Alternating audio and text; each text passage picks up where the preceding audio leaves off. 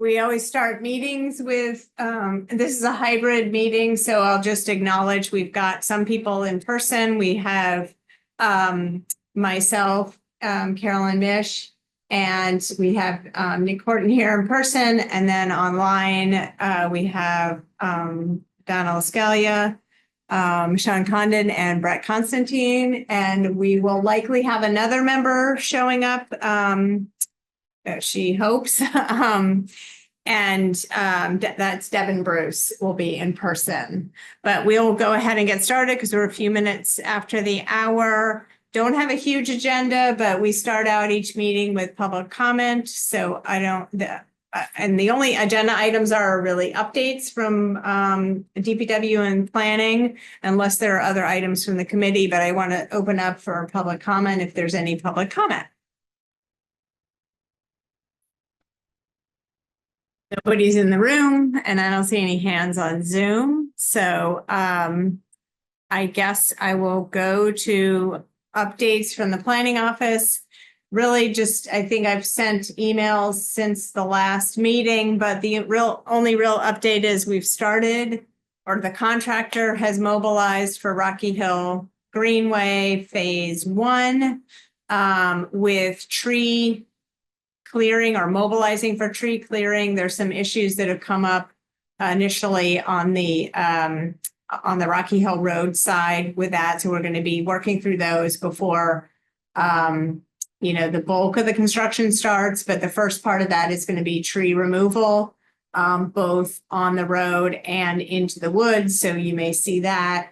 We had to send out notification to all our listservs because the contractors were noticing that people are still using the woods as a cut through. And so since it is an active construction zone, we're asking everyone to notify anybody they know who regularly uses that area to please stay away for the next several months as construction is really going to start in earnest within the next couple of weeks here, particularly after the tree clearing on Rocky Hill Road is completed.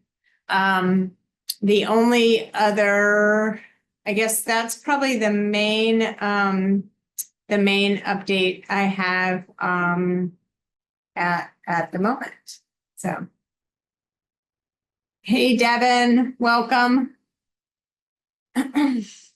Thank you.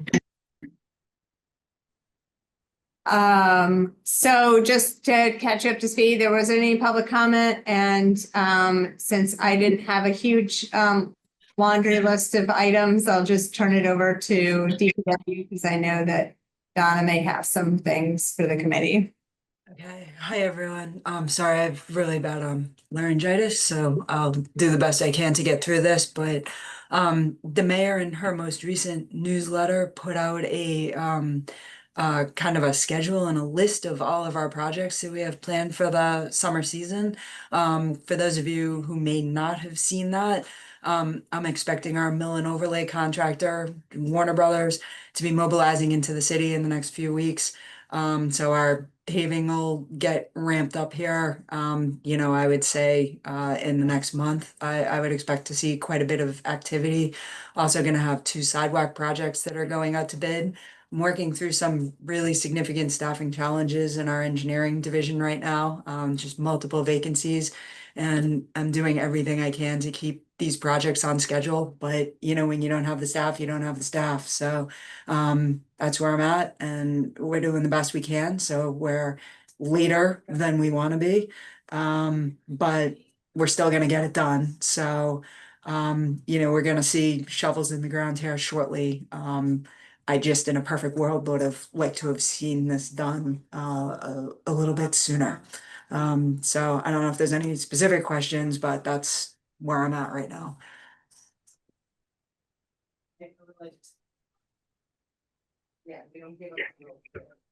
I have just a quick comment. Yeah. Donna, I just want to say, not related to that directly, but how effective the changes that were made, I believe maybe last summer, to like the Crescent, the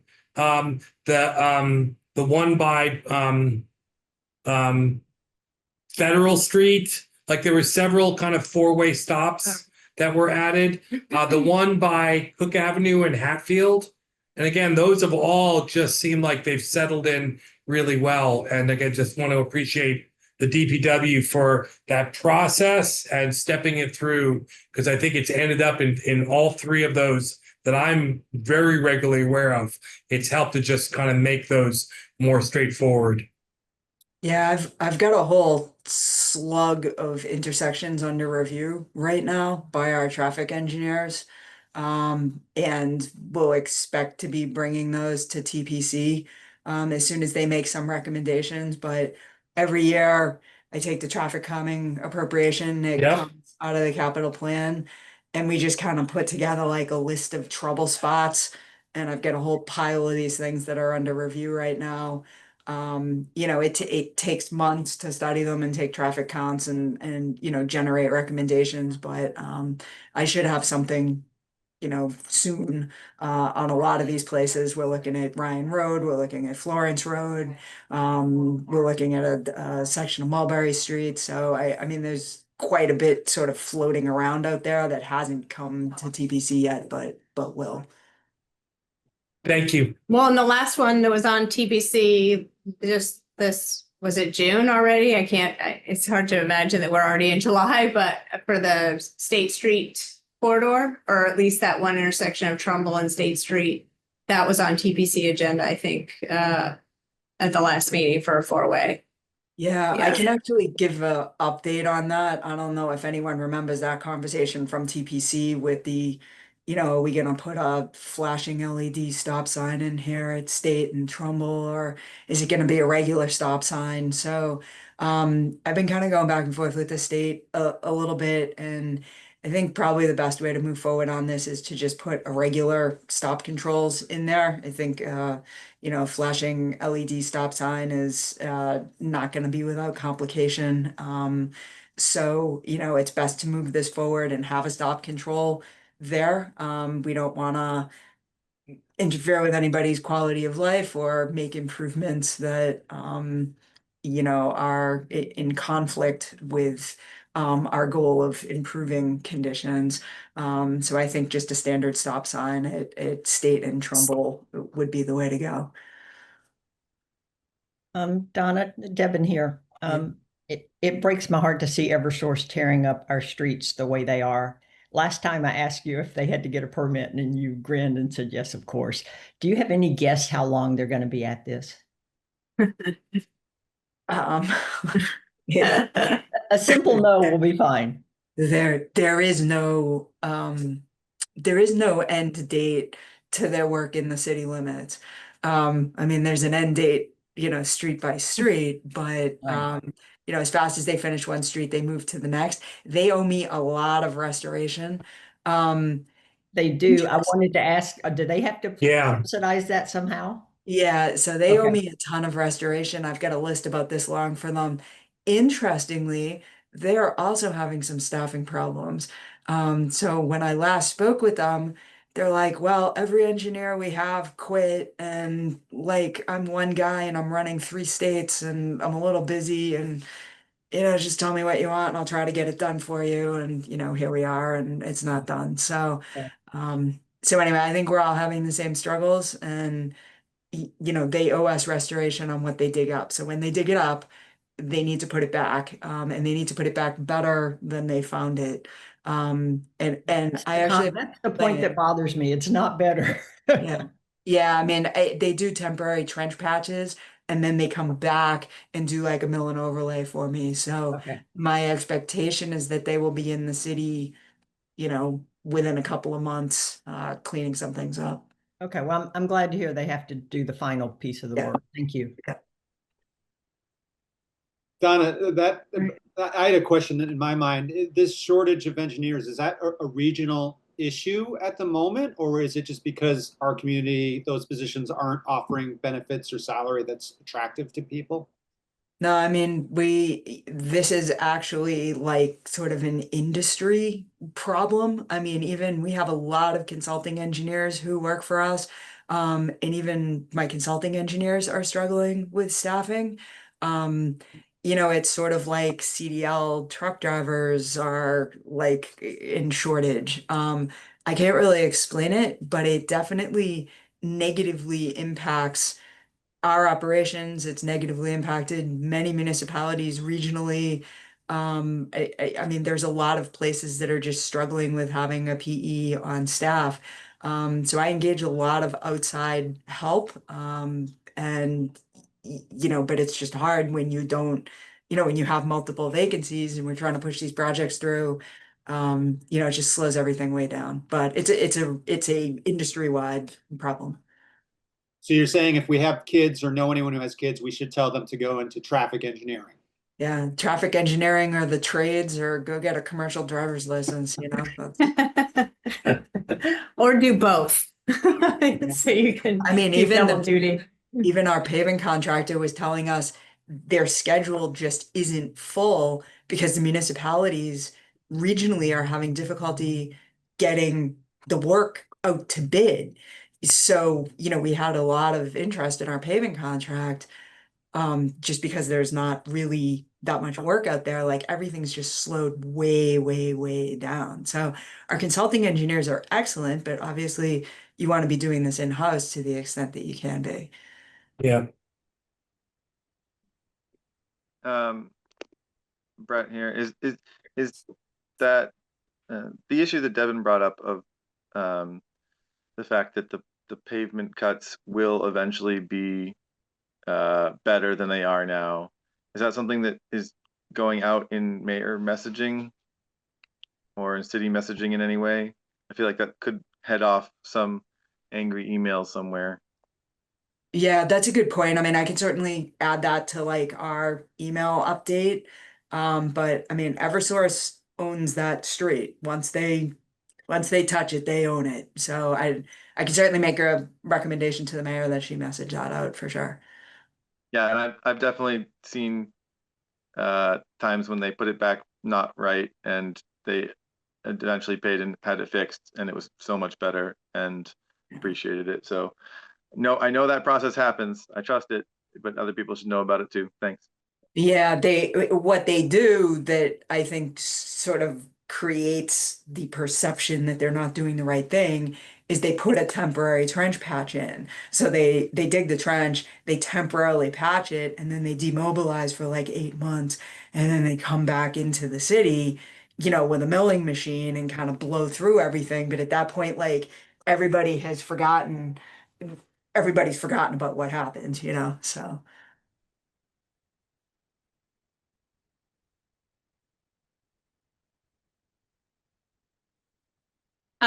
So again, I said this was a light agenda. The only other thing that, I mean, I'd be happy to keep it open if anybody has other issues they want to discuss. I think it seems kind of slow for the summer anyway, like we're, you know, working away on projects or not, or hoping to get them out.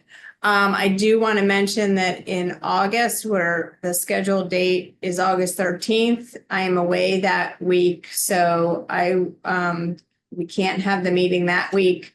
I don't know that we have any burning agenda items unless you all identify some now that you feel like that should be addressed in August before September. Otherwise, I'll go ahead and say that we'll take that off. And certainly can send me items if you have them for follow-up September meeting would be fine.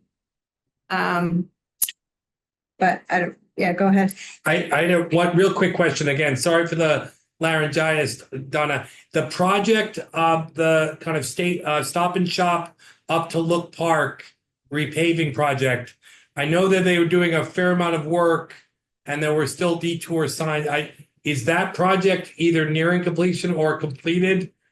Great, that's fabulous. Again, I thought that worked very well with the signage and the workarounds, and those curb cuts now look, you know, much improved.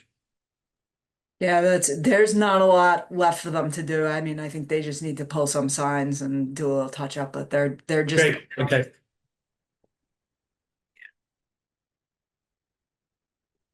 Carolyn, I coming back to your, I think the idea of deciding not to meet in August unless there's something pressing that comes up, seems reasonable. Okay.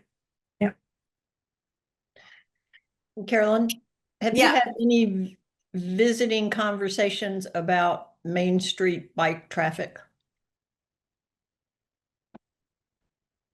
You mean about getting data about bike traffic or? No, I wasn't really thinking data. I just wondered if you're privy to the back channel conversations about the bike traffic going with Picture Main Street. No. Okay. Is there something more to that? Well, I've had those conversations.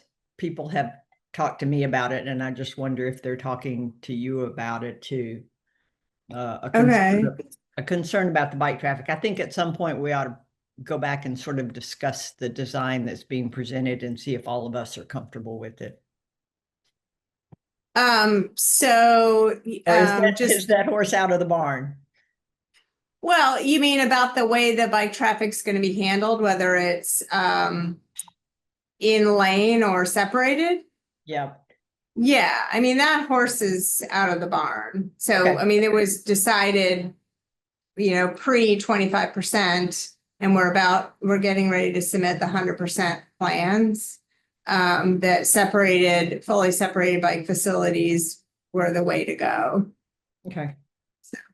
Yeah. There's been some conversation about ensuring that there's always going to be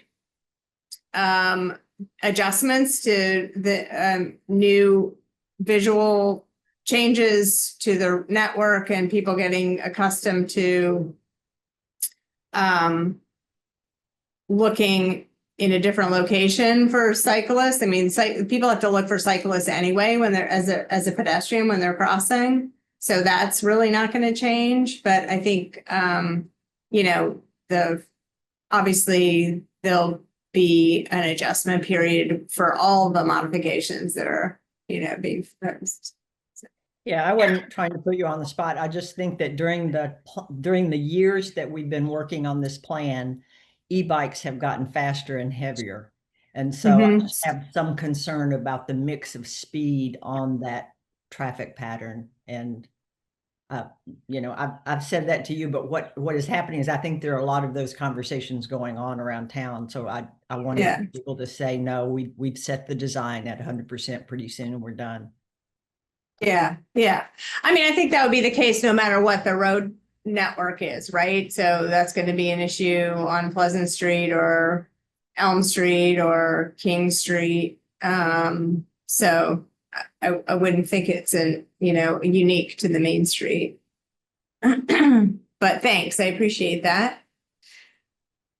Anything else? Can I offer a future agenda? It's very hard to think about at this point, but I know there was some conversations with the Disability Committee about the snow removal policy. And I think this committee has been helpful at times in helping get word out that it exists and it's important, and that kind of helping to kind of just remind people of the need to businesses and homeowners to be able to clear. So maybe we could think about ways that we could, as we get to October, November, and back into a snow season, maybe we could think about just getting word out in the same way that I think we've been able to get word out more effectively for the repaving project for the East Hampton, because I think that's just going to be an important thing to kind of be doing. We had the massive kind of storm that just was impossible to clear, but I think it's always a good idea to think about that.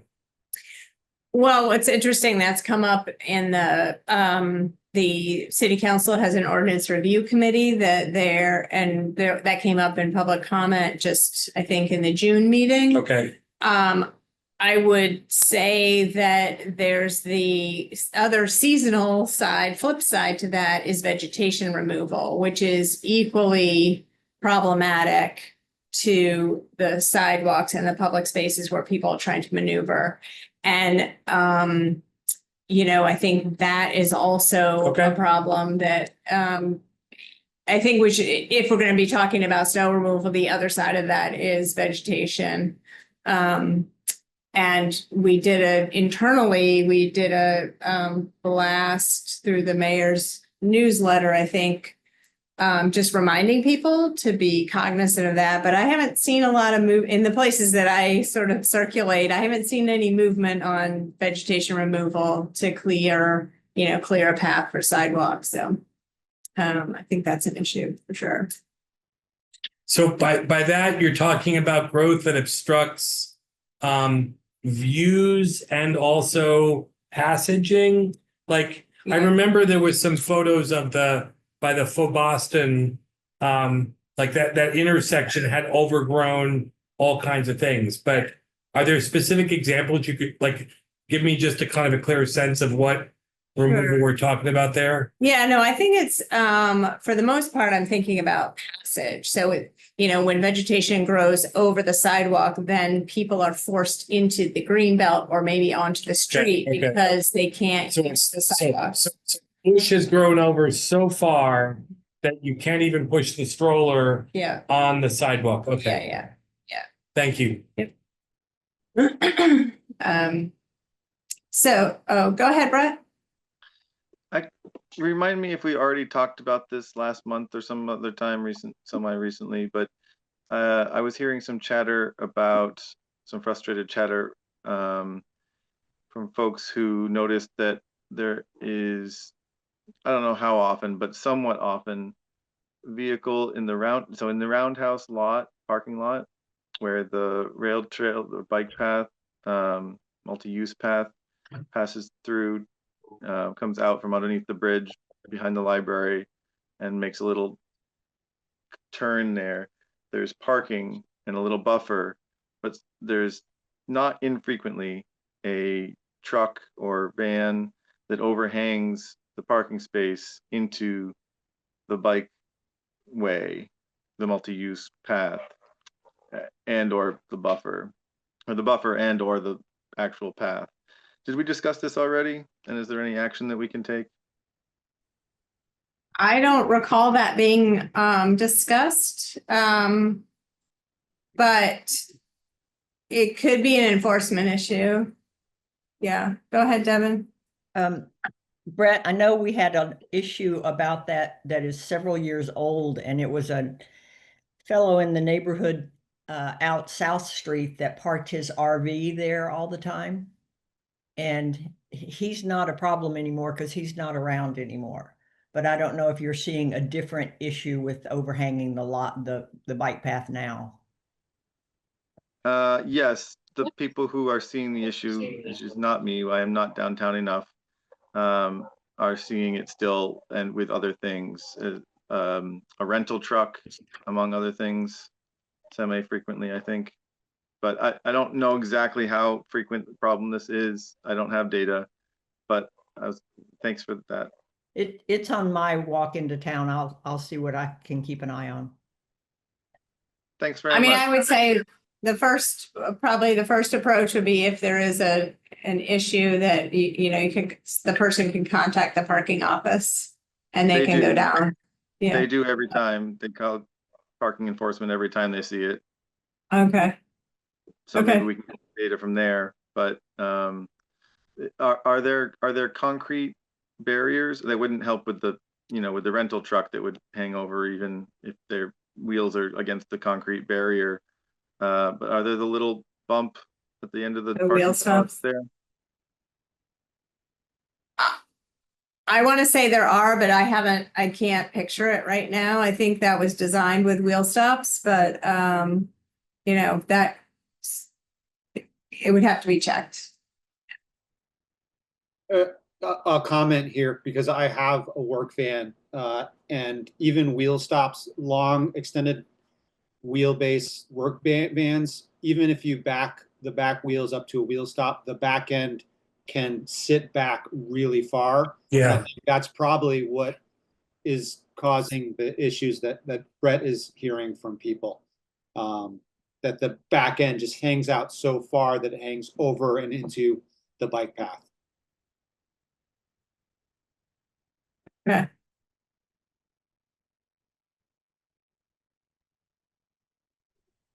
Well, I mean, if that's the case, I guess, we could potentially put that on a future agenda to sort of talk about like where are there pinch points and are there parking, other ways to address the parking spaces themselves to prevent, intrusion into that, or is there another way of treatment that can be used on those particular spaces? So I can put that down. Appreciate it. Okay. Yep. All right. Well, thank you all. And I hope you guys stay cool and it's not too bad for the rest of the summer. I move we adjourn. Bye, Nick. Thank you. Oh, yeah. Can I get a second? Sorry about that. Yes. Second. Okay. All right, Brett. Roll Yes. call. Sean, Yes. Devin, Yes. Donna, Yes. and Nick. Nick, yes. And I vote yes too. All right. Thank you all.